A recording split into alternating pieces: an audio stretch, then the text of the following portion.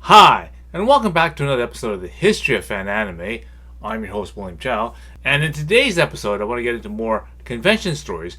And the convention stories I want to talk about is basically some cosplay stories, which in the modern day probably would never happen. Okay, so I want to kind of go over these sort of these stories, and you can probably figure out now that why they've implemented certain rules so that these things don't happen anymore.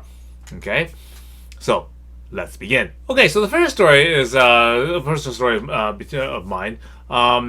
It is the Anime America. Okay, 2000 or 1994. Okay, I was on the road trip down to Anaheim, California, and this particular trip, I have my translator Matt with me. Okay, and at this time, one of the big things that's happening in New Type magazine, and big push, was the story of 5-star stories. Okay, and Matt was a really big fan of that. Okay, and so much of a fan, he made an Amateris costume. Okay, and again, if if you look at the picture for Amateris here, it pretty much is a kind of a really fancy women's dress. Okay, with a lot with a lot of work with the hair and that kind of stuff.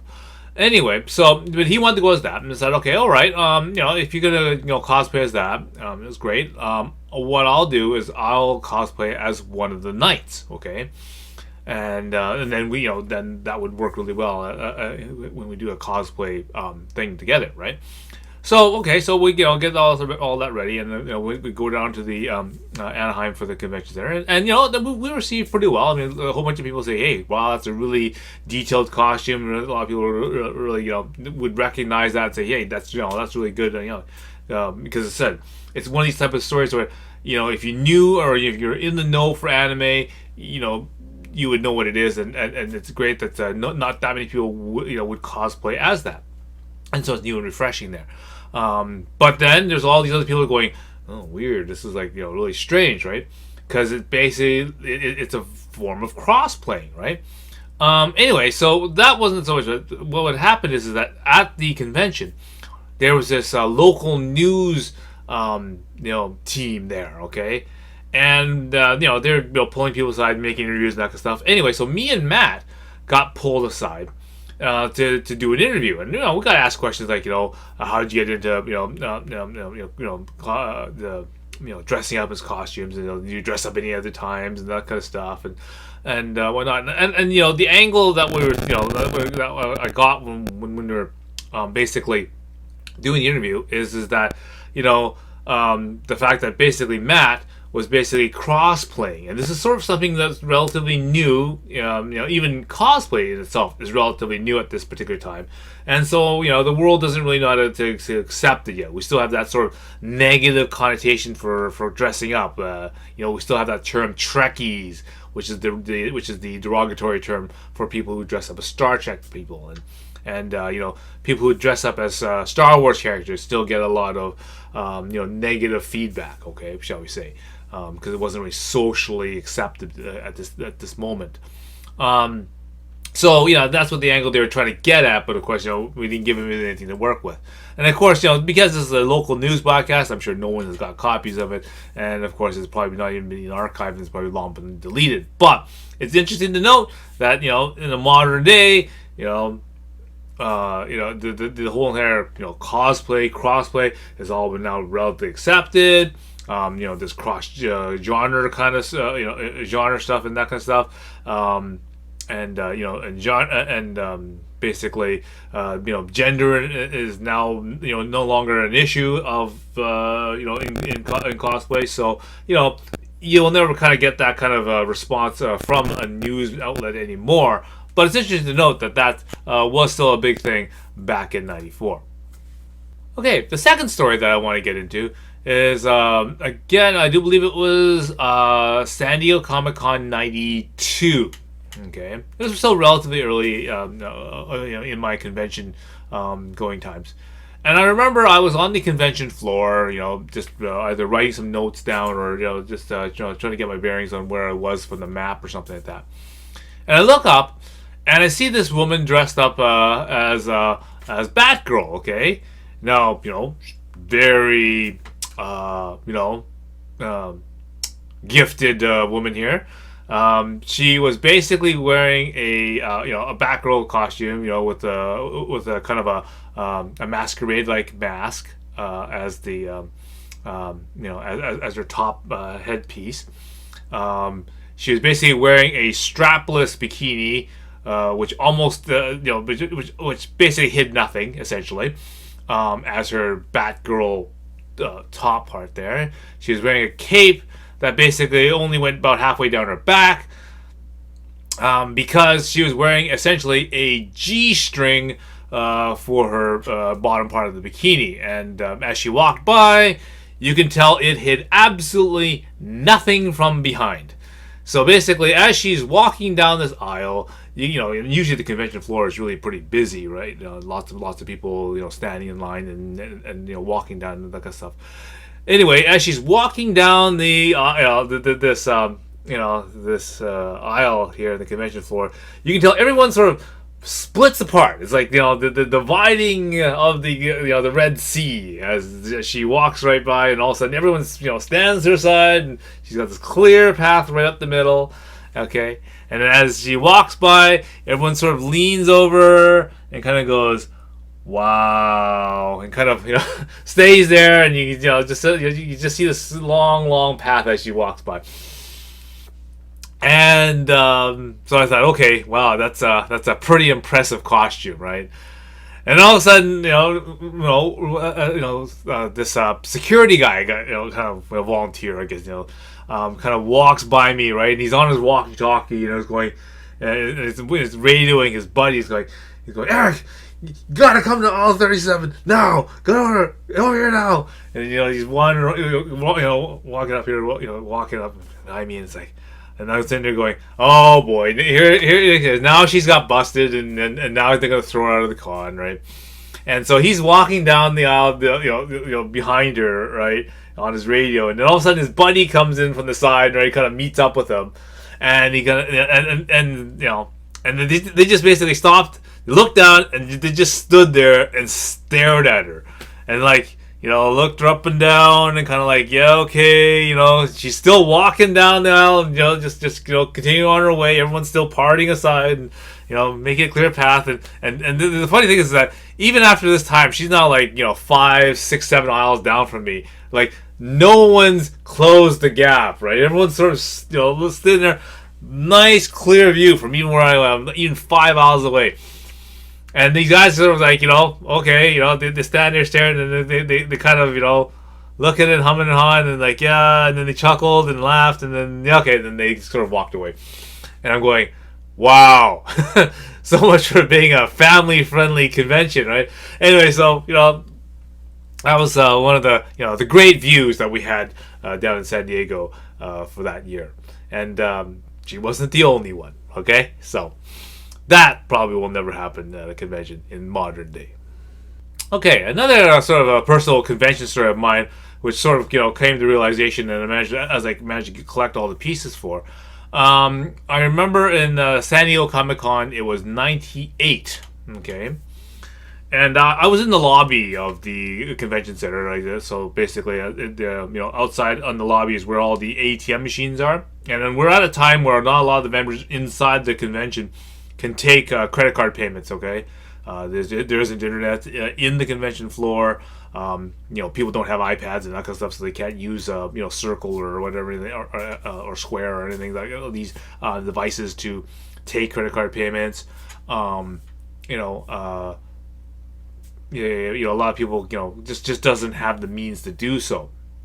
So I'm standing out there, I guess, waiting for the ATM, and then basically what happened is coming out of the convention is a group of Sailor Moon cosplayers, okay? And then this is a really relatively large group of them, and it's well representation of the group. So they must have organized themselves and said, okay, yeah, I'm going to do Mercury, you do Venus, you do Pluto, and with that guy over there, he can be Tuxedo Mask. So basically, it's a cosplay group that's walking out of the convention floor on into the lobby, okay?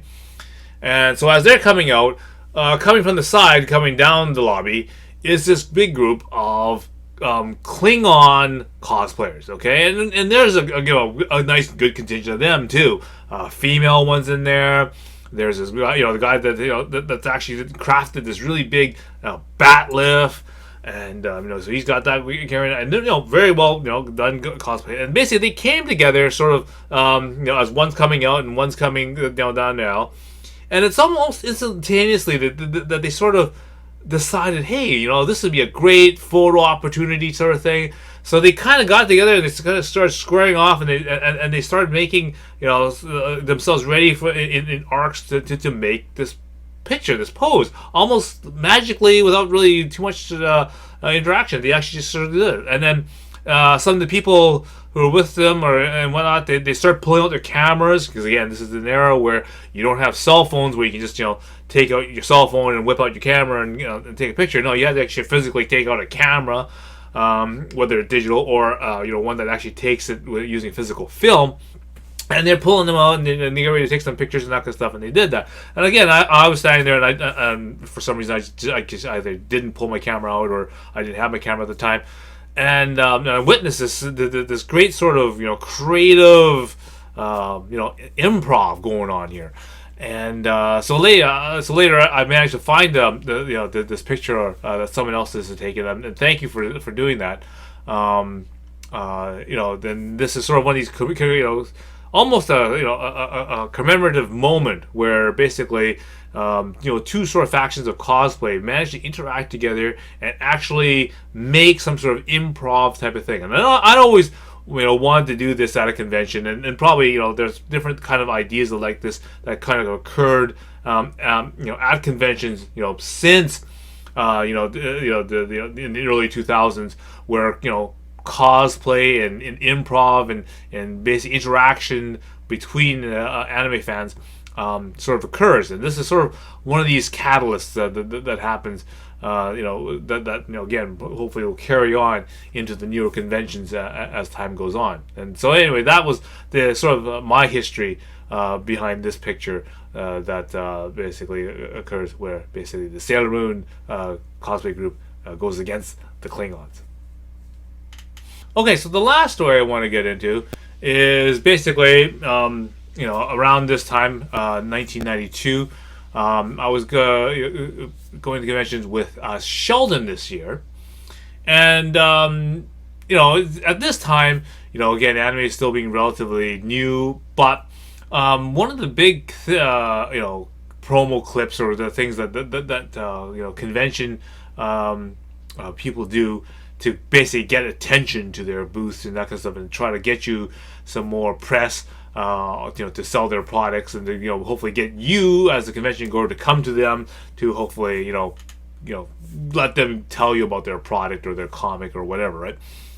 So one of the big tricks at this time was basically, hey, let's get some model, some, penthouse pet, or some Playboy bunny, and let's dress her up as whatever, your character or whatever for your comic or whatever, and let's just stand her out there in front of your convention booth, and let everyone kind of stare at her, and hopefully bring more attention, and get all the people with the cameras to come by and look and pose, and let people gawk at her and all that kind of stuff, and maybe have her stand out there and hand out flyers like, oh, do you read Vamprelia? Here you go. Here's my flyer for Vamprelia. Yeah, I'm dressed up as Vamprelia.